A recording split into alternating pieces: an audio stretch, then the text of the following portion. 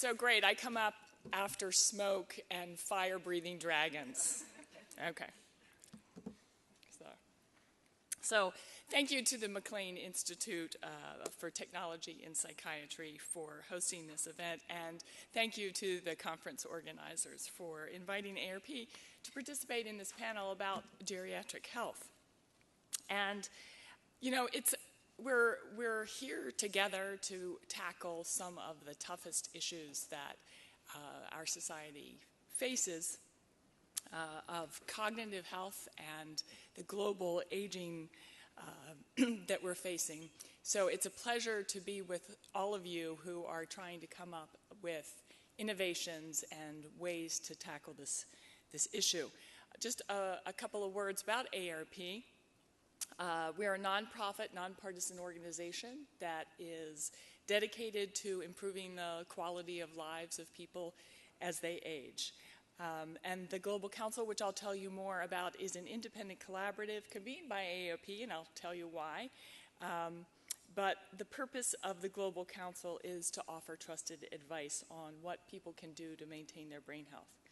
So this is one of my favorite gifts that I am sharing with you, and this dramatically shows you that this is not just a United States phenomenon, but the world is aging at an amazing rate. This time period covers from when I was born through 2060, and you can see the continent changing over time, where the median age is appearing in dark blue by 2060 of the world's population. Here in the United States, 10,000 people a day are turning 65.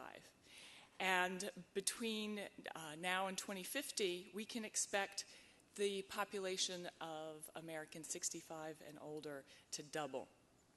1 in 5 of us are going to be over 65 in just 2030.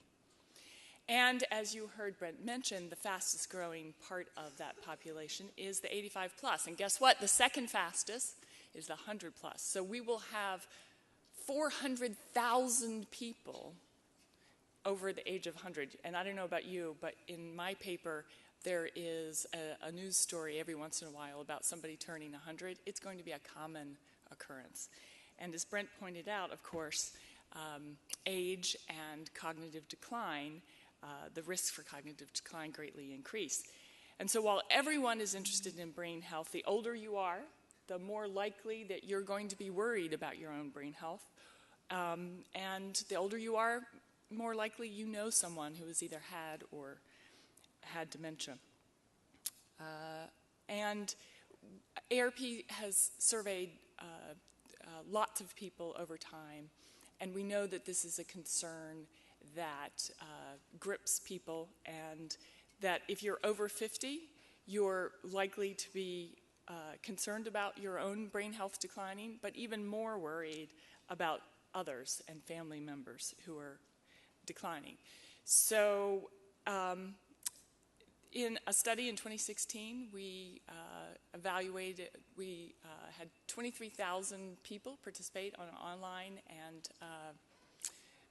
male study where it was representative of the population. We oversampled African Americans, Hispanics, and Asian Americans to find out what they thought was important to do in order to maintain your brain health.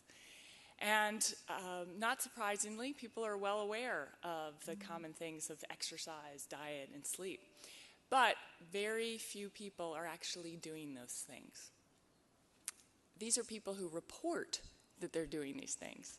How many people are actually doing it? Even less than they report. So we've tried to come up with ways to address this issue at the individual and at the societal level. And so our twofold approach to this is development of the Global Council on Brain Health and a digital platform that is Aarp Staying Sharp, with our goal of empowering people to have a healthier brain throughout their life. So we took a look at what are the fundamental issues that we need to address in order to reach people and help them engage in healthy behaviors. And their fundamental questions were, who can I trust? And so let me tell you a little story. While we were engaged in this effort, Aarp, along with the CDC, the National Institutes of Aging, a variety of other funders, the McLean Brain Institute, funded the Institute of Medicine's Public Health Dimensions of Cognitive Aging report. It was a fantastic report. It took about a year and a half to do. We had the greatest experts from all over the country come in and talk about lifestyle issues and what people can do to maintain their cognitive health. The very day that that report was issued, across the pond, the Lancet published a study. And they said if you want to stay sharp while you age, it's a good thing to carry a little extra weight on you through middle age. Exactly the opposite of what the esteemed IOM had just said. So it became very clear to us, what is a person who's trying to figure out what they're supposed to do, what should they do? And that is one of the huge impetuses behind the Global Council. The other question that people are constantly asking, is it normal that I'm forgetting where my keys are? And what should I personally be doing to address my brain health? So the Global Council is taking these lifestyle issues one at a time and trying to come up with not just the latest fads, but what does the weight of science say, and communicate it in such a way that people can really understand it. So far we've tackled sleep, physical exercise, social engagement, and cognitively stimulating activities. We're going to be addressing food, and I'm going to make a shameless plug here because one of the next topics that we're going to be bringing up is mental well-being, stress, anxiety, depression, and we're going to be looking at experts, and I've heard of a few in this room who are expert on these issues that we are going to be bringing together. So far, prior to food, we've reached 61 experts who have worked with us and 38 liaisons from institutions, organizations working in this space. And we have a 4-continent rule. We can't be a global council unless we have at least 4 continents represented in our gathering. And so far, here are some of the partners who have shared their expertise with us. And we're very proud of the work that they've accomplished. And so far, we've issued these reports, and we've taken 25-page reports and boiled them down into 1-page infographics. But guess what? As great as these reports are, getting people to actually engage in the behaviors that we want them to do, yes, we can tell them what they should be doing, but getting them to actually engage is a totally different thing. That's why we have built out the digital platform of Staying Sharp. And we are coordinating and making sure that the information is evidence-based. We're helping them address their question of, am I normal, by putting a brain health assessment into this platform and creating a personalized pathway. And I'll tell you a little bit more about it. So we've boiled down these areas of what are the human behaviors that impact your cognitive health. Move is physical exercise. Discover is learning new things. Relax is a combination of stress and sleep issues. Nourish is about food, nutrition, supplements. And connect, this idea of social engagement is incredibly important element and something that I'll return to. So I wanted to give you a little bit more under the hood, if you would, of what's in this platform. And actually, one of the reasons that I met Laura Germain was she was instrumental in helping us come up with the neuroperformance elements. These are clinical evaluations, which many of you around this room are going to be very familiar with, that help objectively measure 6 key indicators of your cognitive performance and compares you to others. A normative database compares you to where others are who are of your same age. But we don't just leave it at cognitive assessments. We're trying to assess what are the behaviors people are engaging in. And so we ask them about their sleep. We ask them about food and their social engagement and the 5 pillars. And together, we combine this into a brain health score that helps people understand where they are.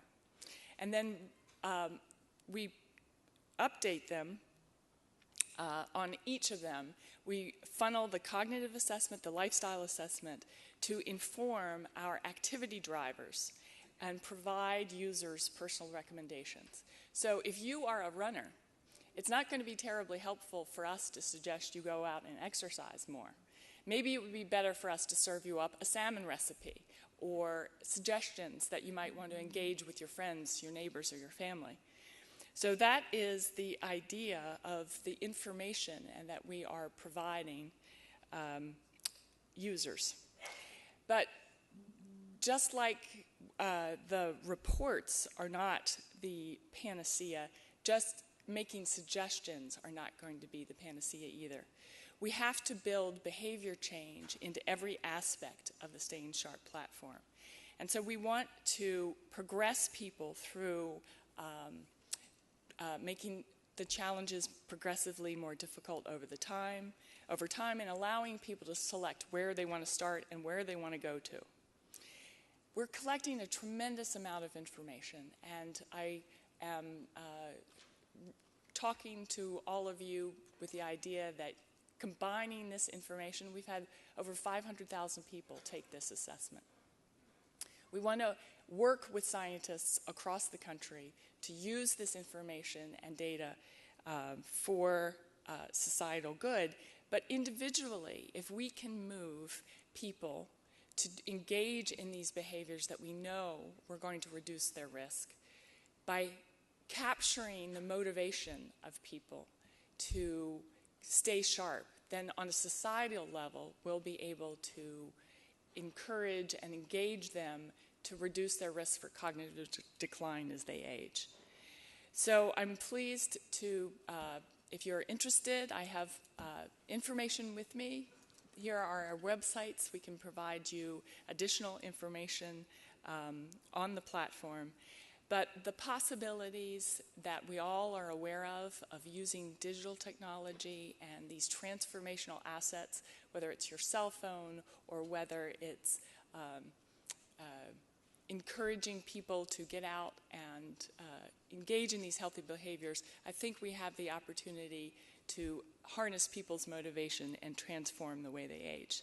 Thank you very much.